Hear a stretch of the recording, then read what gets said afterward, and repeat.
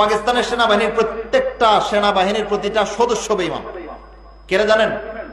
কারণ আফগানিস্তানে মুসলমানদেরকে হত্যা করার জন্য 7 সমুদ্র 13 নদীর ওই পার থেকে আমেরিকা এসেছে। আমেরিকা কি মুসলমান সৈন্য নিয়ে এসেছে না খ্রিস্টান সৈন্য? খ্রিস্টানদেরকে নিয়ে মুসলমানদের বিরুদ্ধে ধর্মযুদ্ধ করার জন্য আমেরিকার থেকে খ্রিস্টানরা এসেছে পাকিস্তানে, এসে পাকিস্তান সেনাবাহিনীকে সাথে নিয়ে আফগানিস্তানের নিরীহ মুসলমানদেরকে হত্যা করেছে। কেউ যদি মুসলমানদের বিরুদ্ধে কাফেরকে সহযোগিতা করে তাহলে সে কাফের হয়ে যায়। এটা সরাসরি আল্লাহর ফতোয়া। আল্লাহ বলেছেন, ওমাই ইয়াতাওয়াল্লাহুম মিনকুম ফাইন্নাহু মিনহুম ইন্নাল্লাহা লা ইয়াহদিল কওমাজ জালিমিন। যারা তোমাদের পক্ষ থেকে পৃষ্ঠ প্রদর্শন করবে এবং তাদের সাথে অনুসরণ করবে, ফাইন্নাহু মিনহুম, তারা তাদের অন্তর্ভুক্ত। ফামাই ইয়াতাওয়াল্লাহুম মিনকুম, অতঃপর তোমাদের মধ্য থেকে যারা ফিরে যাবে, ফাইন্নাহু মিনহুম, তারা তাদের অন্তর্ভুক্ত। ইন্নাল্লাহা লা ইয়াহদিল কওমাজ জালিমিন, এই ধরনের জালেম সম্প্রদায়কে আল্লাহ হেদায়েত করেন না। আল্লাহর ফতোয়ায় জানতে পারলাম যারাই মুসলমানদের বিরুদ্ধে কাফেরদেরকে সহযোগিতা করবে, কোনো না কোনো ক্ষেত্রে মুসলমানদের থেকে পৃষ্ঠ প্রদর্শন করে কাফেরদেরকে সহযোগিতা করবে, তারা মুরতাদ। কেন ভাই? সে যে কেউ হোক না কেন।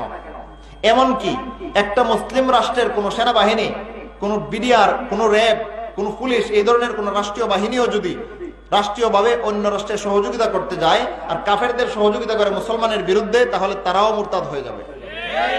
ধরেন বাংলাদেশে যদি কোন কাফের রাষ্ট্র আক্রমণ করে, ধরেন আমেরিকা আক্রমণ করলো, কারণ হে আক্রমণ করার মাতব্বর এটা বেশি দেখায়।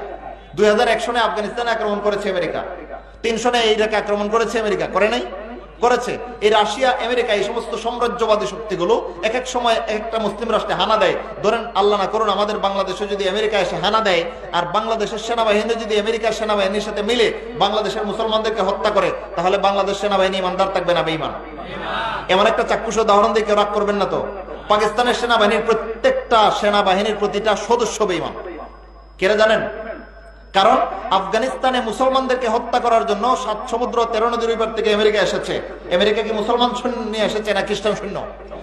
খ্রিস্টানদেরকে নিয়ে মুসলমানদের বিরুদ্ধে ধর্মযুদ্ধ করার জন্য আমেরিকার থেকে খ্রিস্টানরা এসেছে পাকিস্তানে, এসে পাকিস্তান সেনাবাহিনীকে সাথে নিয়ে আফগানিস্তানের নিরীহ মুসলমানদেরকে হত্যা করেছে।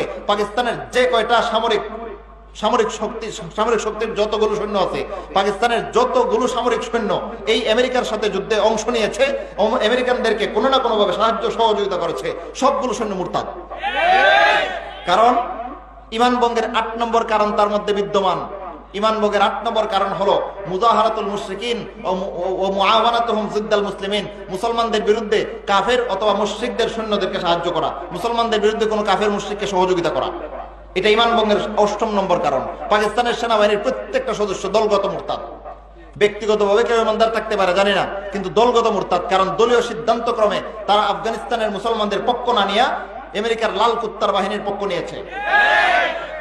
কোন মুসলমান যদি কাফেরের পক্ষ নেয়, সে মুসলমান থাকে না মুরতাদ হয়ে যায়? ভাই আমার ফতোয়া না, কেউ খেপলে আমার কিছু করার নাই, খেপলে আল্লাহর কোরআনের উপরে খেপেন, ঈমান হারান, আমার কিছু যায় আসে না। আল্লাহ কোরআনে বলেছেন, ফামাইয়াতাওয়াল্লাহুম মিনকুম ফাইন্নাহু মিনহুম, তোমাদের মধ্য থেকে যে কেউ পৃষ্ঠ প্রদর্শন করবে, কাফেরদের সাথে মিলবে, ফাহুয়া মিনহুম, এটা তাদের অন্তর্ভুক্ত। ঠিক কিনা ভাই? ঈমান ভঙ্গের 8ম নম্বর কারণ মুসলমানদের বিরুদ্ধে কাফেরদেরকে সহযোগিতা করা। কেউ যদি করে, সাথে সাথে সে বেঈমান হয়ে যাবে।